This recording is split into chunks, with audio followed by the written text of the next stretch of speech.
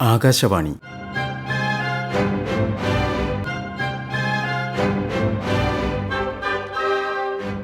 ജില്ലാ വൃത്താന്തം.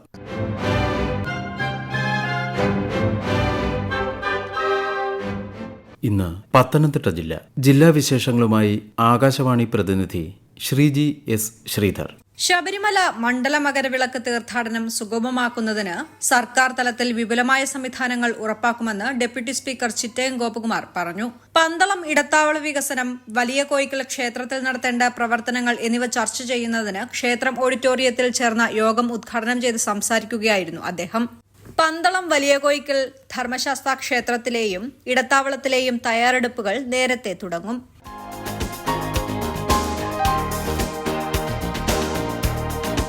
കാട്ടുമൃഗശല്യം മലയോര ജില്ലയായ പത്തനംതിട്ടയിലെ ഒട്ടുമിക്ക പ്രദേശങ്ങളിലെ കർഷകരെയും പ്രതിസന്ധിയിലാക്കുന്നു.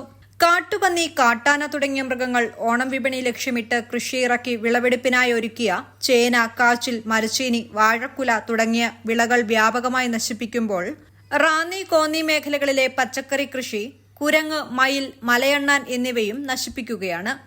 വനമേഖലയോട് ചേർന്ന പ്രദേശങ്ങളിലാണ് ഇവയുടെ ശല്യം ഏറെ അനുഭവപ്പെടുന്നതെങ്കിലും കാട്ടുപന്നി ശല്യം ജില്ലയിലെ എല്ലാ പ്രദേശങ്ങളിലും വ്യാപകമാണ്.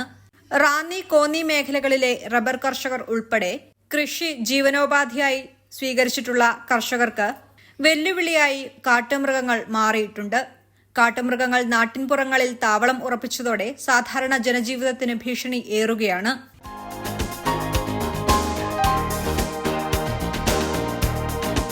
പത്തനംതിട്ട ജില്ലാതല തദ്ദേശ അദാലത്ത് ഈ മാസം 10 തദ്ദേശ സ്വയംഭരണ വകുപ്പ് മന്ത്രി MB രാജേഷിന്റെ നേതൃത്വത്തിൽ രാവിലെ 8:30 മുതൽ പ്രമാടം രാജീവ് ഗാന്ധി ഇൻഡോർ സ്റ്റേഡിയത്തിൽ നടക്കും. അദാലത്ത് ദിവസം നേരിട്ടെത്തിയും അപേക്ഷകൾ നൽകാം. ബിൽഡിംഗ് പെർമിറ്റ്, കംപ്ലീഷൻ, ക്രമവൽക്കരണം, വ്യാപാര, വാണിജ്യ, വ്യവസായ സേവന ലൈസൻസുകൾ, സിവിൽ രജിസ്ട്രേഷൻ നികുതികൾ, ഗുണഭോക്തൃ പദ്ധതികൾ, പദ്ധതി നിർവഹണം, സാമൂഹിക സുരക്ഷാ പെൻഷനുകൾ, മാലിന്യ സംസ്കരണം തുടങ്ങി തദ്ദേശ സ്വയംഭരണ സ്ഥാപനങ്ങളിൽ അപേക്ഷ നൽകിയതും സമയപരിധിക്കകം സേവനം ലഭിക്കാത്തതുമായ വിവിധങ്ങളായ പരാതികൾ അദാലത്തിൽ പരിഗണിക്കും.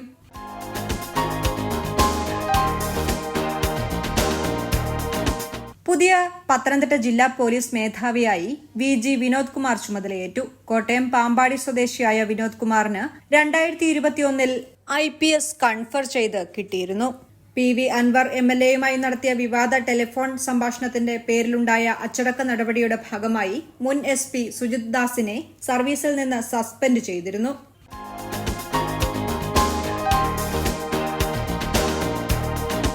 തിരുവല്ല സബ് കളക്ടറായി സുമിത് കുമാർ ഠാക്കൂർ ചുമതലയേറ്റു.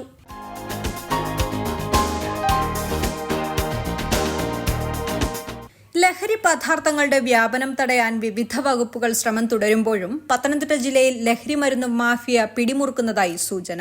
പത്തനംതിട്ട പുതിയ പ്രൈവറ്റ് ബസ് സ്റ്റാൻഡ് ഉൾപ്പെടെ പല ബസ് സ്റ്റാൻഡ് പ്രദേശങ്ങളിലും വൈകുന്നേരങ്ങളിൽ വിദ്യാർത്ഥി സംഘർഷങ്ങൾ പതിവ് കാഴ്ചയാകുന്നുണ്ട്. ഇതും ലഹരി മാഫിയയുമായി ബന്ധമുണ്ടെന്നാണ് സൂചന. തമിഴ്നാട്ടിൽ നിന്നും കേരളത്തിലെ വിവിധ ഭാഗങ്ങളിൽ നിന്നും എത്തിക്കുന്ന കഞ്ചാവ്, നിരോധിത പുകയില ഉത്പന്നങ്ങൾ എന്നിവ മലയോര മേഖലയുടെ പല സ്ഥലങ്ങളിലും വിൽപ്പന നടത്തുന്നുണ്ടെന്നാണ് ലഭിക്കുന്ന വിവരം. യുവാക്കളെയും വിദ്യാർത്ഥികളെയും കേന്ദ്രീകരിച്ചാണ് സംഘം കച്ചവടം നടത്തുന്നത്.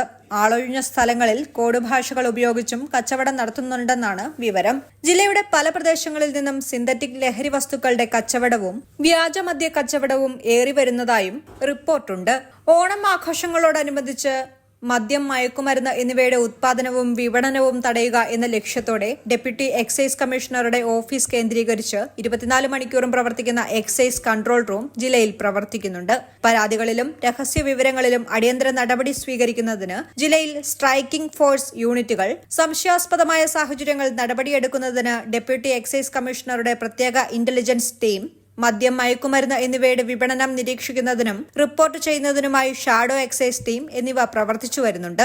മദ്യമയക്കുമരുന്നുമായി ബന്ധപ്പെട്ട രഹസ്യ വിവരങ്ങൾ ടോൾ ഫ്രീ നമ്പറായ 1055 എന്ന നമ്പറിലോ ജില്ലാ കൺട്രോൾ റൂമിന്റെ 0468222287 എന്നീ നമ്പറുകളിലോ പൊതുജനങ്ങൾക്ക് അറിയിക്കാം.